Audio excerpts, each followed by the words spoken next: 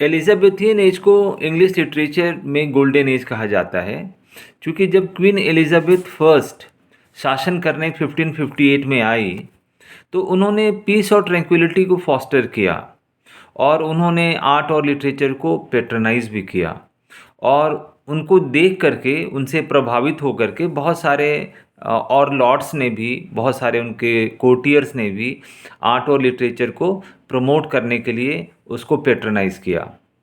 Queen Elizabeth first 1603 में उनकी मृत्यु हो जाती है और उसके बाद तीन छोटे छोटे एजेस इंग्लिश लिटरेचर में आते हैं और उन एजेस में भी बहुत सारे लिटरेरी वर्क्स हुए।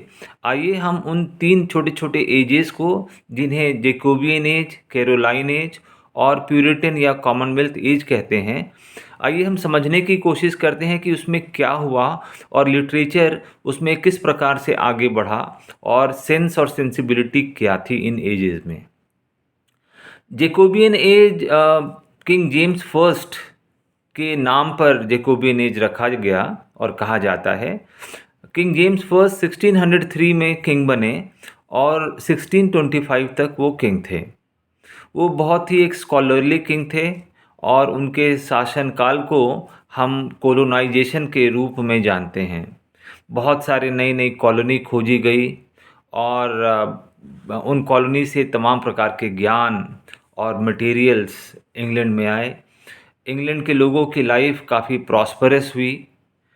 अमेरिका, जो कि एक नई कॉलोनी थी, वहाँ लोग गए और बहुत सारे प्यूरिटन्स भी वहाँ गए, बहुत सारे रिलीजियस लोग भी वहाँ गए अपने रिलीजन का प्रचार प्रसार करने के लिए।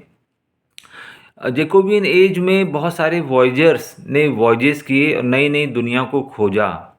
उन वॉयजर्स में हॉकिंस, फॉर्बिशर, रेले, ड्रेक कुछ प्रमुख वॉयजर्स थे, जिन्होंने नई नई दुनिया को खोजा और एक प्रकार से रोल मॉडल बन गए वे अपने कंट्री में और अपने कंट्रीमैन के सामने। इंग्लैंड में बहुत सारे बाहर से मटेरियल्स आए और इंटेलेक्चुअल ट्रेजर्स भी आए। ईस्ट इंडिया कंपनी की स्थापना हुई 1600 में और जो ह्यूमनिज़्म की स्पिरिट थी रेनेसा में, वो अभी भी बरकरार थी। स्पिरिट ऑफ डिस्कवरी और एडवेंचर हम देखते हैं जेकोबियन एज में। और कहीं ना कहीं एक साइंटिफिक क्वेस्ट भी थी। कॉम्पास डिस्कवर हो गया था और कॉम्पास ने एक प्रकार से वॉयजेस को और कोलोनाइजेशन को एक तरीके से उसमें क्रांति ला दी। अगर हम ड्रामा की बात करें इस एज में, तो बेन जॉनसन हमें मिलते हैं। बेन जॉनसन जाने जाते हैं अपने कॉमेडी ऑफ ह्यूमर के लिए। बेन जॉनसन बहुत पॉपुलर ड्रामेटिस्ट थे और वो कॉमेडी लिखा करते थे और उनकी कॉमेडीज़ में हमें क्लासिकल यूनिटीज़ मिलती है, यूनिटीज़ ऑफ टाइम, प्लेस और एक्शन। उनकी द एल्केमिस्ट और भी बहुत सारे उन्होंने कॉमेडीज़ लिखे। शेक्सपियर के जो फ्रूटफुल जो एज था, वो मेरे ख्याल से जेकोबियन एज ही था, क्योंकि शेक्सपियर ने अपने सारे प्रोमिनेंट ट्रेजेडीज़ और कॉमेडीज़ जेकोबियन एज में ही लिखे। चाहे वो ओथेलो हो, चाहे वो किंग लियर हो, चाहे वो हैमलेट हो, चाहे वो मैकबेथ हो, सबके सब वो जेकोबियन एज में ही लिखे गए। इन दोनों के अलावा दो तीन और ड्रामेटिस्ट थे, जैसे जॉन वेबस्टर, उनकी the white devil, the duchess of Malfi, इन्होंने लिखे और ये बहुत पॉपुलर हुए। ये भी एक बहुत पॉपुलर ड्रामेटिस्ट थे। एक दो माइनर ड्रामेटिस्ट भी थे, जैसे टॉमस हेयुड, टॉमस डेकर। इन लोगों ने भी ड्रामाज लिखे जेकोबियन एज में। अगर हम प्रोज की बात करें तो फ्रांसिस बेकन एक बहुत बड़ा नाम है हमारे सामने, जिनकी प्रोज प्रैक्टिकल विजडम के लिए जानी जाती है। लेकिन जो सबसे इम्पॉर्टेंट काम जेम्स फर्स्ट ने किया, वो ये था कि उन्होंने बाइबल को ट्रांसलेट किया और उस बाइबल को ट्रांसलेट करवाने में उन्होंने एक कमेटी बनाई। क्योंकि इंग्लैंड में जो बाइबल थी किंग जेम्स फर्स्ट से पहले, वो बाइबल हिब्रू में थी। किंग जेम्स फर्स्ट को लगा कि हमारे देश की भाषा इंग्लिश है और इंग्लिश में कोई एक ऐसी ऑथेंटिक बाइबल नहीं है जिससे लोग पढ़ सकें और समझ सकें। तो उन्होंने एक ग्रुप ऑफ स्कॉलर्स की एक कमेटी बनाई। उस कमेटी में 47 स्कॉलर्स थे और उस कमेटी को प्रिजाइड कर रहे थे बिशप लेंसेट एंड्रयूज़। और उस कमेटी ने हिब्रू में जो अवेलेबल बाइबल थी उसको पढ़ा, समझा और फिर उसको इंग्लिश में ट्रांसलेट किया। उसे हम किंग जेम्स बाइबल भी कहते हैं या फिर ऑथेंटिक वर्जन ऑफ बाइबल भी कहते हैं। दरअसल बाइबल का इंग्लिश में ट्रांसलेट होना ये एक बहुत ही क्रांतिकारी कदम था, क्योंकि बाइबल के ट्रांसलेशन ने इंग्लिश को घर घर तक पहुंचाया। हर व्यक्ति रिलीजियस था। जब भी वो संडे को सर्विसेज में चर्च में जाता था तो सारी प्रीचिंग उसी बाइबल से, जो कि इंग्लिश में ट्रांसलेट हुई थी, से होने लगी। और इस प्रकार से इंग्लिश जो है वो घर घर तक पहुंची और इंग्लिश बहुत ज़्यादा पॉपुलर हुई। जेकोबियन एज के बाद कैरोलाइन एज आता है। किंग चार्ल्स फर्स्ट किंग बने 1625 में। लेकिन इनका जो शासनकाल था ये बहुत ही उथल पुथल वाला था। बहुत जल्दी ही ये बहुत अनपॉपुलर हो गए लोगों में। और किंग जेम्स फर्स्ट के बहुत सारे रानियां थीं और ये अपने लव अफेयर के लिए जाने जाते हैं।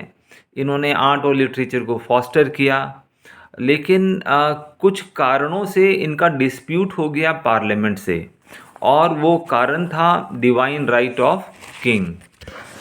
किंग जेम्स के समय से ही इस मुद्दे पे उनका पार्लियामेंट से गतिरोध था, लेकिन वो गतिरोध बढ़ गया किंग जेम्स फर्स्ट के किंग चार्ल्स फर्स्ट के ज़माने में।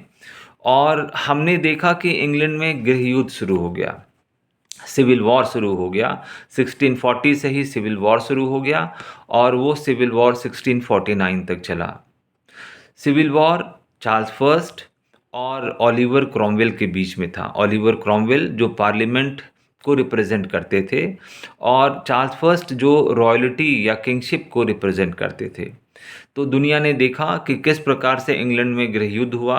9 वर्षों तक वो चला, तमाम लोग मारे गए और दुर्भाग्यजनक रूप से किंग चार्ल्स फर्स्ट को इम्प्रिजन कर लिया गया, उन्हें कैद कर लिया गया। ओलिवर क्रॉमवेल को लगता था कि कहीं ना कहीं लोगों की सिंपैथी चार्ल्स फर्स्ट के पक्ष में है, तो उन्होंने न केवल चार्ल्स फर्स्ट को इम्प्रिजन किया, बल्कि लोगों की सिंपैथी को रोकने के लिए और किसी अपराइजिंग को रोकने के लिए उन्होंने थिएटर को बैन कर दिया। 1642 में थिएटर बैन हो गया। एक सेंसरशिप एक्ट भी पार्लियामेंट से पास कर दिया गया, जिसमें ये आवश्यक कर दिया गया लोगों को कि कुछ भी पब्लिश करने से पहले उन्हें अपनी मैन्युस्क्रिप्ट उन लोगों तक जो है भेजनी पड़ेगी जो उस सेंसरशिप एक्ट के मेंबर्स थे। एक प्रकार से सेंसरशिप एक्ट एक डिटरेंस थी जो लोगों को डराती थी कि आप कुछ लिखिए नहीं, अगर आपने कुछ लिखा तो उसे हम पब्लिश नहीं होने देंगे। संभवतः यही कारण था कि 1640 के बाद बहुत कम लिखा गया इंग्लैंड में, और अगर अपवाद था कोई तो केवल 2 लोग अपवाद थे। एक जॉन मिल्टन थे और दूसरे सर टॉमस ब्राउन थे। क्योंकि इन दोनों की राइटिंग कुछ कुछ रिलीजियस थी, इसी वजह से इन लोगों को लिखने दिया गया, बाकी लोगों को लिखने नहीं दिया गया। अब हम बात करें कैरोलाइन एज में, तो कैरोलाइन एज में एक नई प्रकार की पोएम हमें मिलती है, पोइट्री हमें मिलती है, जिसे हम मेटाफिजिकल पोइट्री कहते हैं। मेटाफिजिकल पोइट्री के जो सबसे प्रोमिनेंट पोइट हैं वे हैं जॉन मिल्टन। दरअसल मेटाफिजिकल पोइट्री एक अलग प्रकार की पोइट्री थी जो पहली बार हमें कैरोलाइन एज में देखने को मिलती है। ये जो नाम है मेटाफिजिकल, पहली बार इस नाम को दिया डॉक्टर जॉनसन ने। इन्होंने मेटाफिजिकल वर्ड यूज़ किया और संभवतः ये भी प्रभावित थे ड्राइडन से। ड्राइडन ने पहली बार जॉन डन की पोएम्स को पढ़कर और टिप्पणी की कि ही अफेक्ट्स द मेटाफिजिक्स, तो संभवतः मेटाफिजिक्स से मेटाफिजिकल बना।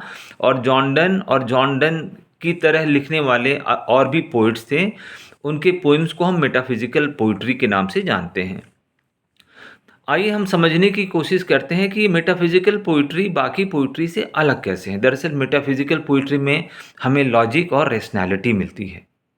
चूँकि जॉन डन खुद भी एक मैथमेटिशियन थे, वे एक लॉयर थे, तो उन्होंने लॉजिक को पोएम में जो है ढाल दिया। मतलब पहली बार उन्होंने लॉजिक को, रैशनैलिटी को एक पोइट्री का हिस्सा बनाया। फिर मेटाफिजिकल पोइट्स कंसीट्स को इस्तेमाल करते हैं। इनकी जो बिगिनिंग है, शुरुआत है, वो बहुत ही ड्रामेटिक तरीके से होती है, एकदम एब्रप्ट होती है, सडन होती है। और जो मेटाफिजिकल पोएम्स हैं, ये दोनों प्रकार के होते हैं, ये रिलीजियस भी होते हैं और ये सेकुलर या एमरस भी होते हैं। बहुत सारे मेटाफिजिकल पोएट्स हमें मिलते हैं इस एज में, जैसे जॉन डन हैं, जॉर्ज हर्बर्ट हैं, रिचर्ड क्रैशियो हैं, हेनरी वॉन हैं, टॉमस कैरियो हैं, अब्राहम कॉली हैं, एंड्रयू मार्वेल हैं। ये सारे के सारे मेटाफिजिकल पोएट्स हैं। दरअसल इनकी पोएम्स में हमें लॉजिक मिलती है, हमें रेशनैलिटी मिलती है, हमें कंसीट मिलती है। एक एग्जाम्पल के तौर पे मैं आपको बताना चाहूँगा कि जॉन डन ने अपनी एक पोएम में अपनी गर्लफ्रेंड को अमेरिका कहा है कि यू आर माई अमेरिका। एक अलग पोएम में जॉन डन कहते हैं कि हम और तुम एक ही हैं, अगर एक नहीं है दो हैं, तो हम लोग कॉम्पास की दो निडल की तरह हैं। तो कुछ इस प्रकार के बहुत ही बिज़ार फार फेचेड इमेजरीज इन्होंने इस्तेमाल किया, जो मेटाफिजिकल पोइट्री की सेलियंट फीचर है। मेटाफिजिकल पोएम्स के अलावा हमें कुछ कैविलियर पोइट्स भी मिलते हैं इन एजेस में। कैविलियर पोइट्स या कैविलियर पोइट्री की कुछ खास बात होती है कि ये लिरिकल होते हैं और ये डील करते हैं लव और वॉर से। तो कुछ कैविलियर पोइट्स भी हैं, जैसे रॉबर्ट हैरिक हैं, रिचर्ड लवलेस हैं, जॉन सकलिन हैं। ये कुछ कैविलियर पोइट्स हैं जिन्होंने अपनी पोएम्स को लिखा इन एजेस में। अब हम आते हैं मिल्टन पे। मिल्टन ओलिवर क्रॉमवेल के मित्र थे और प्यूरिटन एज में केवल इन्हीं को परमिशन था लिखने का। बाकी मैक्सिमम जो राइटर्स थे वे डर की वजह से नहीं लिख पा रहे थे, क्योंकि ये मैंडेटरी था कि लिखने से पहले उन्हें अपने मैन्युस्क्रिप्ट को सेंसरशिप बोर्ड को भेजना पड़ता था और अक्सर सेंसरशिप बोर्ड उसको पास नहीं करती थी। तो 1642 में थिएटर को बैन कर दिया। जब थिएटर बैन हो गए तो ड्रामा आउट ऑफ यूज़ हो गए। ड्रामेटिस्ट हमें इस एज में बहुत कम ड्रामेटिस्ट मिलते हैं। चार्ल्स फर्स्ट को इम्प्रिजन कर दिया गया और 1640 से 1649 तक लिटिगेशन चले और फाइनली ये साबित हो गया और ये साबित कर दिया गया इनफैक्ट कि चार्ल्स फर्स्ट ट्रेटर हैं और उन्हें फिर हैंग कर दिया गया। दहशत में उनके लड़के चार्ल्स टू फ्रांस भाग गए एग्जाइल में। और 1649 से 1660 के बीच का जो कार्यकाल है उसको हम प्यूरिटन एज कहते हैं, जिसमें इंग्लैंड में कोई किंग नहीं था। चार्ल्स फर्स्ट को मार दिया गया था, चार्ल्स सेकंड डर के मारे भाग गए थे फ्रांस। बहुत कम लिखा गया प्यूरिटन एज में, क्योंकि सेंसरशिप बोर्ड था, थिएटर बैन हो गया था, लोग दहशत में थे और लिख नहीं पा रहे थे। और एक केवल अपवाद थे जॉन मिल्टन। जॉन मिल्टन अपवाद दो कारणों से थे। पहला कारण कि वे ओलिवर क्रॉमवेल के मित्र थे और जब चार्ल्स फर्स्ट को मारा जाने लगा तो उन्होंने जस्टिफाई किया था चार्ल्स फर्स्ट की डेथ को और इसी वजह से संभवतः उनको परमिट किया गया कि आप लिख सकते हैं। दूसरा कारण ये था कि जॉन मिल्टन मुख्य रूप से रिलीजियस जो है पोएम्स लिखते थे, तो रिलीजियस पोएम्स से अथॉरिटी को कोई डर या दहशत नहीं था। संभवतः इसी वजह से जॉन मिल्टन को परमिट किया गया। इसके अलावा बहुत कम राइटर्स थे इस एज में जिन्होंने कुछ लिखा। 1660 में फिर से किंगशिप रीस्टोर हुई, क्योंकि ओलिवर क्रॉमवेल की डेथ हो गई 1558 में। उसके बाद उनके बेटे रिचर्ड क्रॉमवेल आए। रिचर्ड क्रॉमवेल की भी मृत्यु 1659 में हो गई। उसके बाद इंग्लैंड के लोगों ने एक रैट रेस देखा, रैट रेस फॉर पावर। तो लोगों को लगा कि अरे ये तो पावर हंगर्स हैं। उसके बाद लोगों ने स्वयं ये डिसाइड किया कि हमें किंग ही चाहिए। वे लोग गए फ्रांस तक और फ्रांस से अपने किंग चार्ल्स सेकंड को इनवाइट किया। चार्ल्स सेकंड ने उनकी इनविटेशन को एक्सेप्ट किया। वे इंग्लैंड आए, वे फिर से किंग बने 1660 में, जिसे हम रेस्टोरेशन एज कहते हैं। तो इस प्रकार से हमने देखा कि जैकोबियन एज, कैरोलाइन एज और प्यूरिटन या कॉमनवेल्थ एज में किस प्रकार से लिटरेचर लिखे गए और इस एज की सेंसिबिलिटी क्या है।